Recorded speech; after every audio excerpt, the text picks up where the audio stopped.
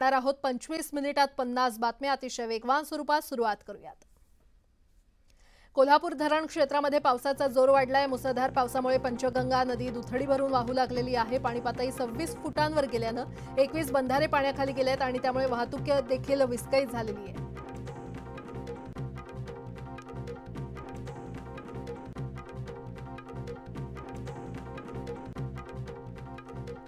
नाशिक जिल्ह्यामध्ये पावसाचा जोर वाढलाय। वाढत्या पावसामुळे गोदावरी नदीचा पूर कायम आहे। सलग तिसऱ्या दिवशी पूर कायम असल्यानं गोदाकाठची घरं, मंदिरं पाण्याखाली गेलेली आहेत आणि त्यामुळे नागरिकांना सतर्कतेचा इशारा देण्यात आला। नाशिकमध्ये मुसळधार पावसामुळे नांदूर मध्यमेश्वर धरणातून सोडण्यात आलेल्या पाण्यामुळे नांदूर मध्यमेश्वर धरणाच्या पुलावरून पाणी वाहू लागले आणि त्यामुळे नांदूर मध्यमेश्वर महामार्ग वाहतुकीसाठी बंद झालाय। नांदूर धरणातून तब्बल 65,000 क्युसेकनं पाण्याचा विसर्ग सुरू आहे। अहमदनगरच्या जामखेड तालुक्यात सलग 3 दिवस पावसानं धुमाकूळ घातलाय। सततच्या पावसानं नदी नाले तुडुंब भरून वाहत आहेत। पावसानं पिकांचं अतोनात नुकसान झाल्यानं शेतकऱ्यांनी भरपाईची मागणी केली आहे। वर्धा जिल्ह्यामध्ये मागील 3 दिवसांपासून पावसानं धुमाकूळ घातलाय। काही ठिकाणी मुसळधार पावसामुळे नदी नाले ओसंडून वाहू लागलेत, तर शेतांमध्ये पाणी शिरल्यानं पिकांचं नुकसान होण्याची शक्यता वर्तवली जाते। जळगावातील पारोळा तालुक्यात मुसळधार पावसामुळे बोरी धरण ओव्हरफ्लो झालंय। धरणाचे 3 दरवाजे उघडण्यात आलेत। 451 क्युसेक वेगानं नदीपात्रात पाण्याचा विसर्ग सुरू आहे आणि त्यामुळे पारोळ्यातील नागरिकांची पाण्याची चिंता मिटली आहे।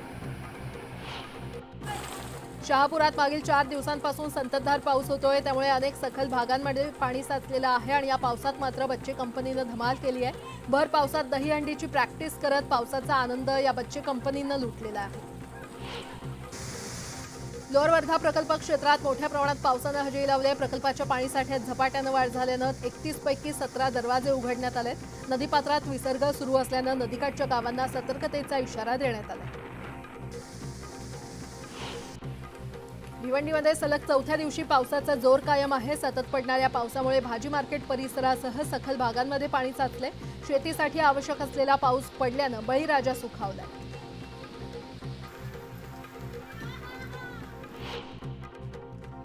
पालघरमध्ये आज सकाळपासून रिमझिम पाऊस सुरू आहे। वसई विरारसह पालघर जिल्ह्याला हवामान खात्यानं आज दिवसभर रेड अलर्ट जारी केलेला आहे। मराठवाड्याची तहान भागवणाऱ्या जायकवाडी धरणात पाण्याची आवक वाढली आहे। धरणात 27,562 क्युसेकनं पाण्याची आवक सुरू आहे। यामुळे जायकवाडीतील पाणीसाठा 38.10% पोहोचलाय। जळगाव जिल्ह्यातील हतनूर धरणाचे 41 पैकी 20 दरवाजे पूर्णपणे उघडण्यात आलेले आहेत। सद्यस्थितीमध्ये धरणातून 97,046 क्युसेक वेगानं पाण्याचा विसर्ग केला जातोय। तापी नदीकाठच्या गावांना प्रशासनाकडून सतर्कतेचा इशारा देण्यात आलाय। कोयना धरण क्षेत्रातील पावसानं वार्षिक सरासरी देखील मागे टाकलंय। धरण क्षेत्रामध्ये रविवारी 8 तासात सरासरी 65 मिलीमीटर पावसाची नोंद झाली आहे। मोखाड्यामध्ये गेल्या 2 दिवसांपासून मुसळधार पाऊस कोसळतोय आणि त्यामुळे मुंबईला पाणीपुरवठा करणारं मोखाड्यातील मध्य वैतरणा धरण तुडुंब भरलंय। त्यामुळे मुंबईकरांच्या पाण्याची चिंता मिटली आहे।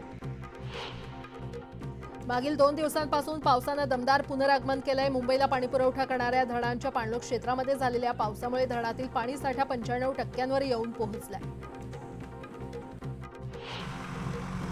रत्नागिरी राजापूर जवळच्या अणुस्कुरा घाटात दरड कोसळून 48 तास पूर्ण झालेले आहेत। मात्र अजूनही राजापूर कोल्हापूर मार्ग बंदच आहे। वाहतूक बंद असल्यानं कोल्हापूरकडे जाणाऱ्यांना पर्यायी रस्ता वापरण्याचं आवाहन करण्यात आलंय। नाशिकच्या वणीमध्ये सप्तशृंगी गडावर दरड कोसळली। मुसळधार पावसामुळे दरड कोसळल्यानं इथला रस्ता वाहतुकीसाठी बंद करण्यात आला होता। मात्र शर्थीच्या प्रयत्नानंतर मातीचा ढिगारा हटवून वाहतूक सुरळीत करण्यात आली। राज्यात पावसाचं पुनरागमन झालं असून पुढील काही दिवस पावसाचा जोर वाढणार असल्याचा अंदाज भारतीय हवामान खात्यानं व्यक्त केलाय। महाराष्ट्रातील काही जिल्ह्यांसाठी रेड अलर्ट तर काही जिल्ह्यांना ऑरेंज अलर्ट जारी करण्यात आलाय। पुण्यासह 5 जिल्ह्यांना सतर्कतेचा इशारा देण्यात आलाय। हवामान खात्यानं दिलेल्या माहितीनुसार आज राज्याच्या विविध भागात जोरदार पावसाचा इशारा देण्यात आलेला आहे। ठाणे, रायगड, रत्नागिरी आणि सिंधुदुर्गासाठी ऑरेंज अलर्ट जारी करण्यात आलाय, तर काही ठिकाणी अतिमुसळधार पावसाची शक्यता वर्तवण्यात आली आहे। कोकणासह मध्य महाराष्ट्रातील घाटमाथ्यावर मंगळवारपर्यंत जोरदार ते अतिजोरदार पावसाचा अंदाज आहे। हवामान खात्याकडून कोकणात ऑरेंज अलर्ट देण्यात आलाय। कमी दाबाचं क्षेत्र निर्माण झाल्यानं मान्सून सक्रिय झालेला आहे। शनिवार रविवारी कोकण मध्य महाराष्ट्राच्या घाटमाथ्यावर मुसळधार पाऊस झाला, तर उत्तर महाराष्ट्र, मराठवाडा आणि पश्चिम विदर्भात देखील जोरदार पाऊस होतोय आणि त्यामुळे राज्यात 29 ऑगस्टपर्यंत पावसाचे दिवस कायम राहणार आहेत। सणासुदीबरोबरच लग्नसराईसाठीच्या खरेदीमुळे सोन्या चांदीच्या भावात चढ उतार होताना दिसतोय। आज घडीला सोन्याचा भाव प्रतितोळा 71,100 रुपये, मात्र दिवाळीमध्ये सोन्याचा दर प्रतितोळा 75,000 जाईल अशी शक्यता सराफा बाजारानं वर्तवलेली आहे।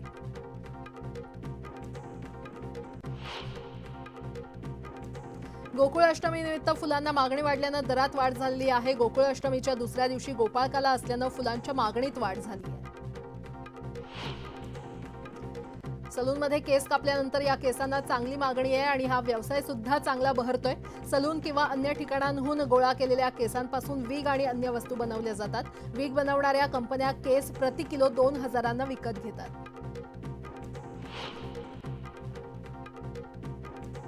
राज्यातील शेतकऱ्यांच्या कृषी पंपांना दिवसा अखंडित वीज पुरवठा करण्याचा निर्णय घेण्यात आलेला आहे। यामुळे राज्यातील 100% कृषी पंप ग्राहकांना दिवसा वीज पुरवठा करण्याचा उद्देश साध्य होणार आहे। विविध प्रकल्पांमधील शिल्लक राहिलेल्या 902 घरांच्या विक्रीसाठी सिडकोनं योजना जाहीर केलेली आहे। यात पंतप्रधान आवास योजनेतील 213 घरांचा समावेश आहे। या घरांच्या किमती 20% कमी करण्याचा निर्णय सिडकोच्या संबंधित विभागानं घेतलाय। मंत्री मुरलीधर मोहोळ यांनी मुख्यमंत्री आणि दोन्ही उपमुख्यमंत्र्यांची भेट घेतली। पुणे आंतरराष्ट्रीय विमानतळाला संतश्रेष्ठ तुकाराम महाराजांचं नाव देण्यात यावं अशी विनंती मोहोळ यांनी सरकारकडे केली आहे। गोविंदा पथकानं सरावासह मंगळवारी दहीकाल्याच्या दिवशी क्रेन, दोरी आणि सुरक्षिततेसाठी सेफ्टी बेल्ट पुरवावेत असे आदेश पालकमंत्री दीपक केसरकर यांनी मुंबई महापालिका प्रशासनाला दिलेले आहेत।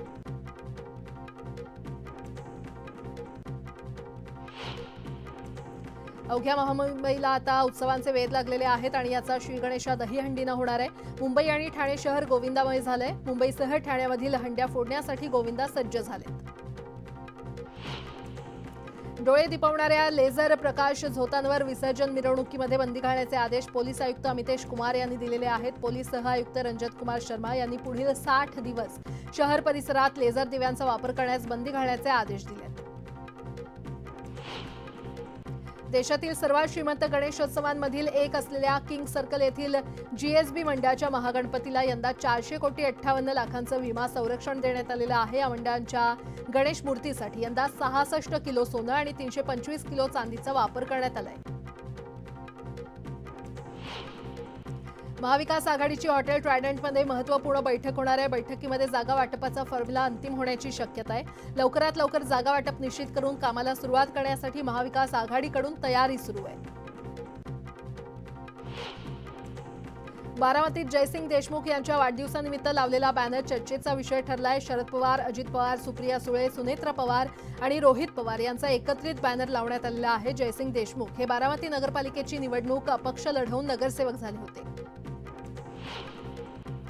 नांदेडचे खासदार वसंत चव्हाण यांचं निधन झालंय आणि गेल्या काही दिवसांपासून ते आजारी असून त्यांच्यावर हैदराबाद येथील किम्स हॉस्पिटलमध्ये उपचार सुरू होते। मध्यरात्री त्यांची तब्येत अचानक बिघडल्यानं पहाटे 4 वाजता त्यांची प्राणज्योत मालवली।